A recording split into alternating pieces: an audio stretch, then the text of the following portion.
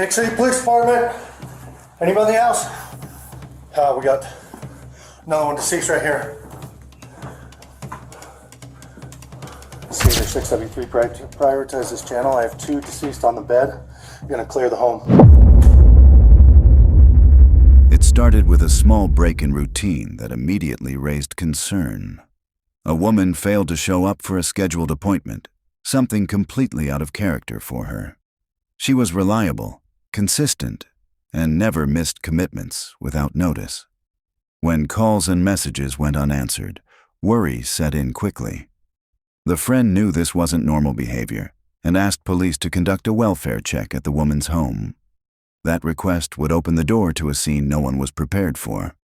The woman was Tasha Haight, a mother of 5 living in Enoch, Utah. It was January 4th, 2023, just after 4 p.m., an otherwise ordinary afternoon. Tasha was in the middle of a divorce and had planned to return home the night before to finalize paperwork. She had been staying with her parents for about a week, along with her children, because she was uneasy about being around her husband, Michael. That uneasiness wasn't sudden. It had been building for years. Michael Haight was born in Seattle in 1980 and moved with his family to Cedar City, Utah, when he was young. After finishing high school, he spent 2 years in Brazil on a mission for the Church of Jesus Christ of Latter-day Saints. When he returned, he studied business at Southern Utah University. That's where he met Tasha. They married in 2003 in the St. George Temple and eventually had 5 children together. From the outside, their life looked stable. Church was central to their world. Tasha stayed home to raise the kids, while Michael worked as an insurance agent for Allstate. He was known as detail-oriented and persistent, someone clients trusted. People even traveled long distances to work with him. To neighbors and church members, the family appeared solid and respectable. Behind closed doors, the reality was different. Michael was deeply focused on appearances. What mattered most to him was how others viewed him and his family. Problems weren't meant to be solved, only hidden. Tasha had been trying to speak up for years, telling him their marriage wasn't working. She described his behavior as controlling and at times abusive.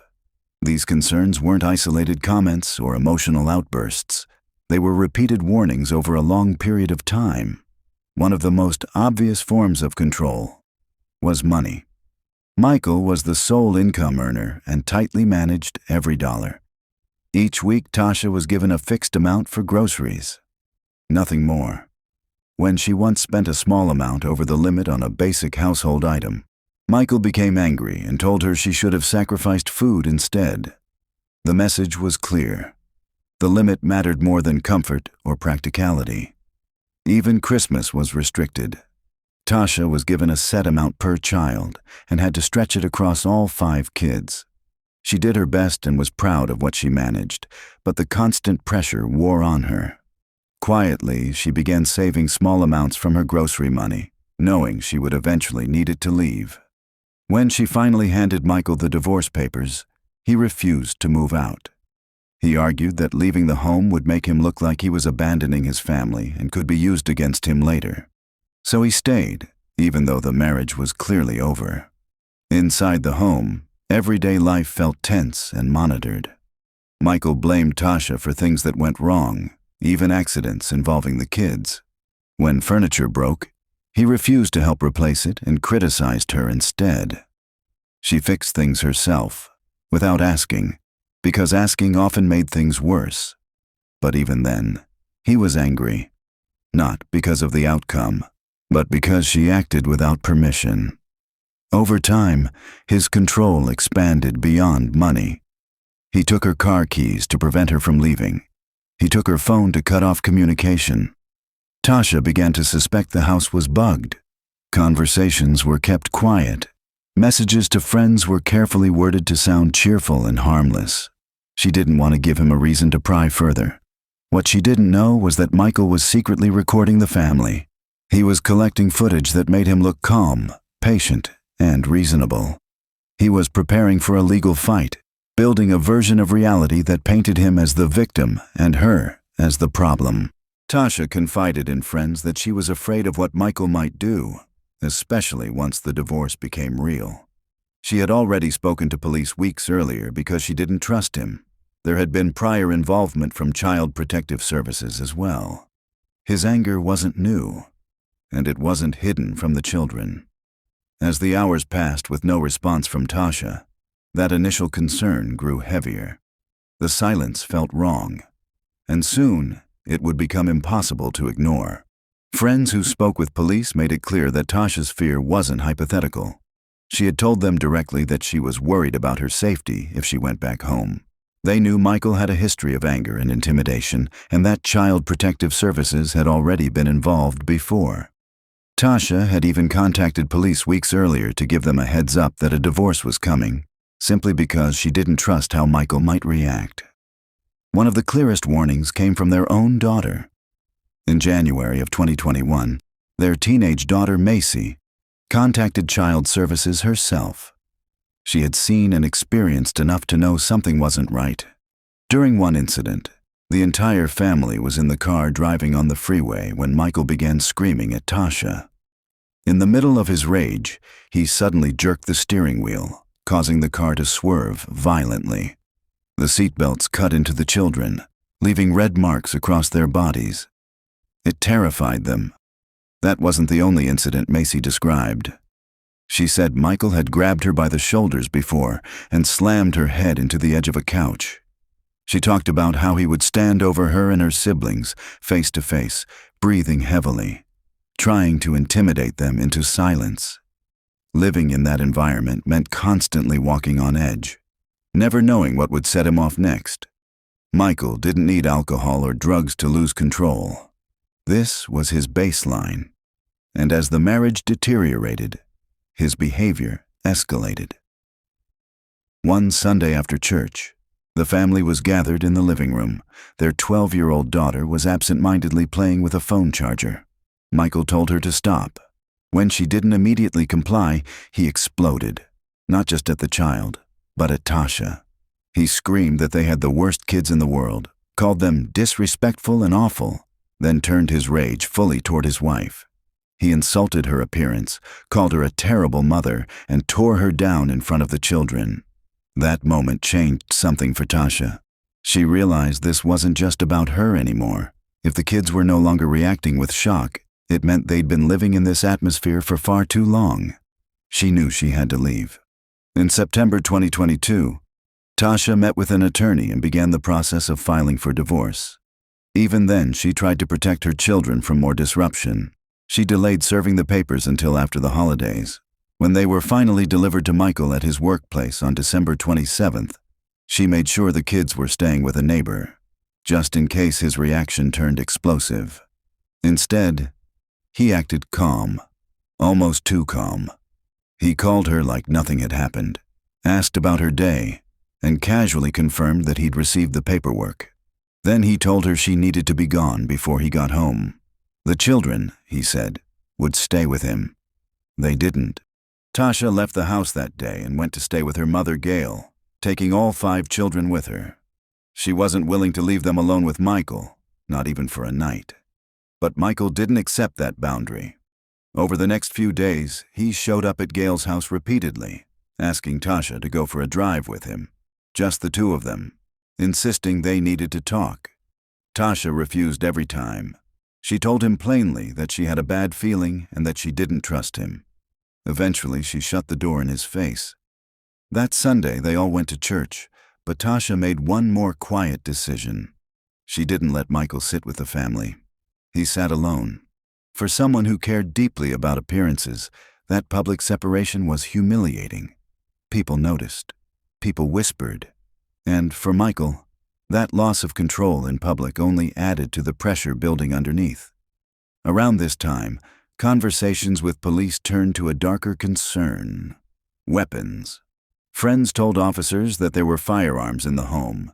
They believed the guns were supposed to be locked away and inaccessible to the children, but no one was completely sure anymore. Tasha had been encouraged to remove them and turn them in, but there was growing fear that Michael still had access. Even if the safes were locked, he likely knew how to open them. Tasha had already begun telling her family that something about Michael felt off after the divorce papers were served. He was supposed to leave the house, and even his lawyer advised him to do so, but he refused. Instead, he stayed in the basement, sleeping on a thin bag in the exercise room. He kept mostly to himself, but his presence was constant. He moved through the house like someone who was thinking, planning, and watching. During this time, Tasha discovered something deeply unsettling. The savings accounts they had built for each of their children, about $20,000 per child, had been completely drained. Michael had taken all of it. Then came another realization that made her fear spike even higher. Every single firearm in the house was gone. Hunting rifles passed down through her family, a handgun she kept for protection, all of them missing. Michael was the only person who could have removed them. Tasha wasn't inexperienced with firearms. She had learned to shoot from her mother, and her sister had as well. They respected guns and understood safety. But now she had none, and Michael had taken that option away from her. Whatever was coming, he had made sure she couldn't defend herself. Communication between them became more strained and final.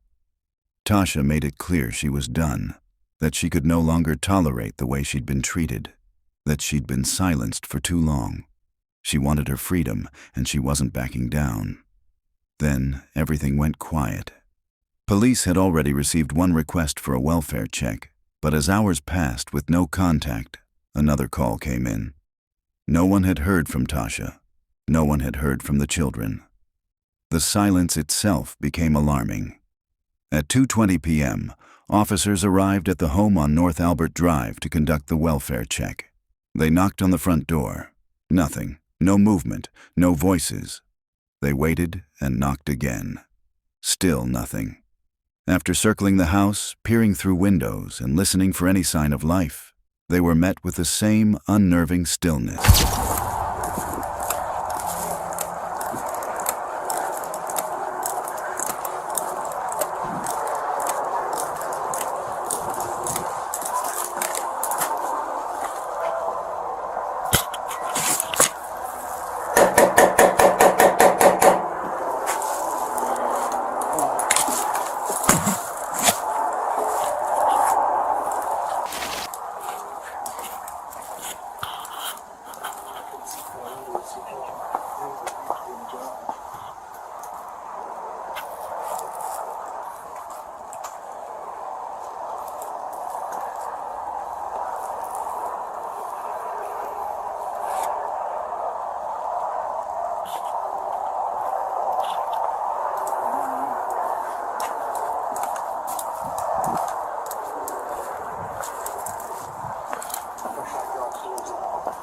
Huh?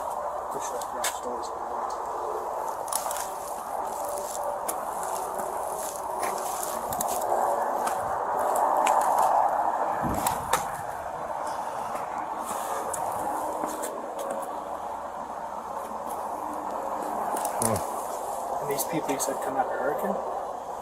Leverkin, maybe? Leverkin Hurricane? So you can see if there's anybody else at that office. Leverkin. I'll have someone go by it.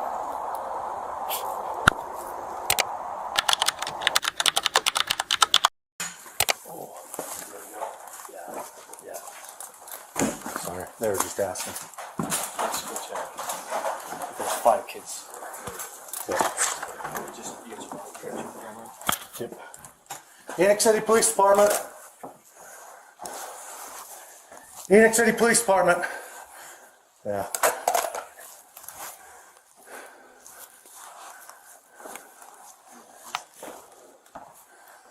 There's gonna be other kids. I got you back. Cedar 6W3 prioritize this channel. I have 2 deceased on the bed. I'm gonna clear the home. Cedar 6 or Go ahead, I got you. Phoenix City Police Department. Anybody in the home, make yourself known. I'm gonna clear this room.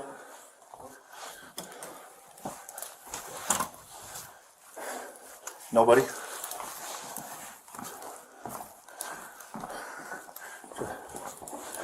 Phoenix City Police Department. Anybody in the house? We got another one deceased right here.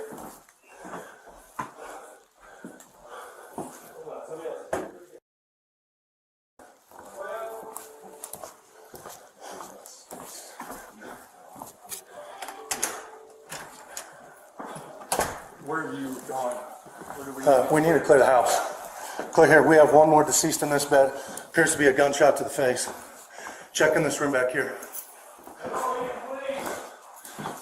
One deceased here. Clear. Making good. I'm checking here. No, you're good. Wait. Yep. Yeah. One more. Gunshot back ahead.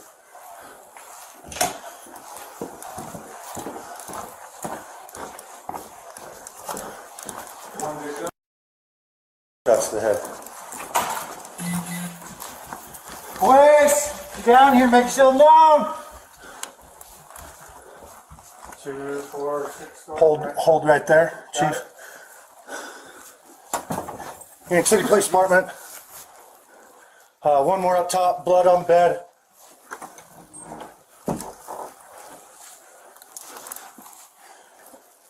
Bathroom here. Yeah, mess. One more down here. Bathroom's clear. Check in this room. Another gunshot. Or, sorry, I don't know that, but appears to be. Nope. One more. Gunshot back of the head. Nobody else. Just a vacuum that's gonna fall. Go. Sauna, that way, left, opening. Safes. Got keys in 2 safes down here. Clear here.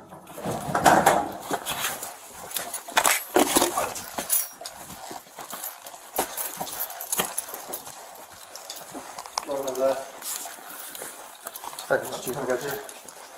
Assuming this is outside.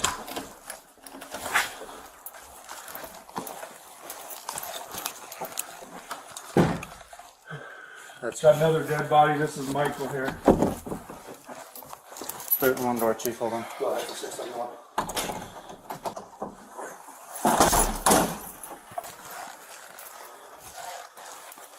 Nope.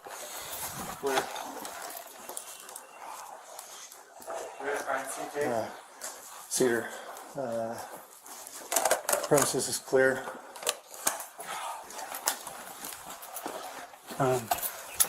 Let's talk. I'm just letting dispatch know the house is clear. Hold on. Don't come in. Nobody go upstairs and don't let anybody in. Hey, stay out.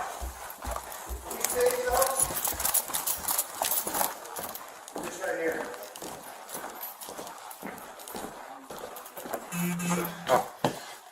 We need crime scene tape.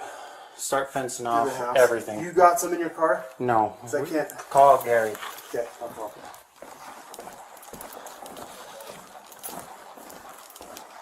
Cedar 60, 6W6, can you notify the county attorney?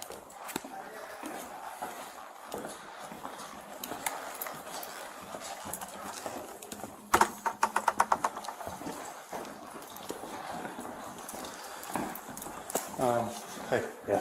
I got Travis calling Gary, so we can get things. Yeah, and I was just with Gary, so Do hopefully you have any crime scene tape in your truck? I do. Let's keep everything as pristine as we can.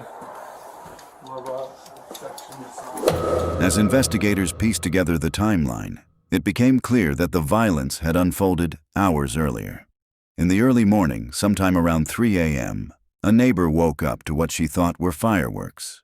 It was January, long past any holiday celebration, and the sound didn't make sense, but she brushed it off.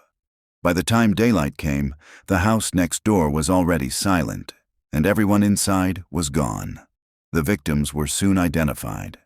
Tasha Haight, 40 years old. Her mother, Gail Earl, 78, who had been visiting. 5 children, Macy, 17, Riley, 12, 7-year-old twins Ammon and Sienna, and 4-year-old Gavin. Michael Haight, 42, was the final body found. Investigators determined that Michael had killed his entire family before turning the gun on himself. They didn't need a confession to understand intent. Michael had left a trail behind. In the days leading up to the murders, his internet search history revealed chilling preparation.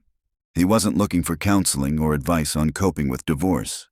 He was researching gunshot noise, whether neighbors could hear a shot inside a house, whether a gunshot in a garage would carry, how loud different firearms were. The focus wasn't on stopping himself, it was on not being interrupted. Further investigation showed that Michael had been served divorce papers just days before. Shortly after, every gun in the home, except the one he used, was removed. Tasha had been left defenseless. Michael had also gone through her phone and tablet, searching for signs that she was talking to others about what was happening inside the family. At one point, Tasha had spoken to police but chose not to press charges. Maybe she hoped things would calm down. Maybe she didn't want to expose the situation to the community. Even the responding officer at the time believed there was no indication Michael would become violent. That assessment turned out to be tragically wrong. In the days that followed, the town struggled to process what had happened. A family known through church and community life was suddenly gone. Memorials appeared. Questions lingered. And the warning signs, once scattered and quiet, now seemed impossible to ignore in hindsight. This wasn't a sudden snap. It was a series of deliberate choices: control tightening, isolation increasing, access to protection removed. Michael decided that if he couldn't maintain control over his family, no one would. Tasha had done what she was told to do.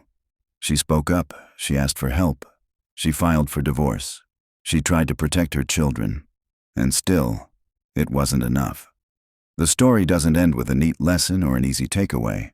It ends with 7 lives stolen and a community left asking how so many warning signs could exist without stopping the outcome. Silence, in the end, carried the highest cost.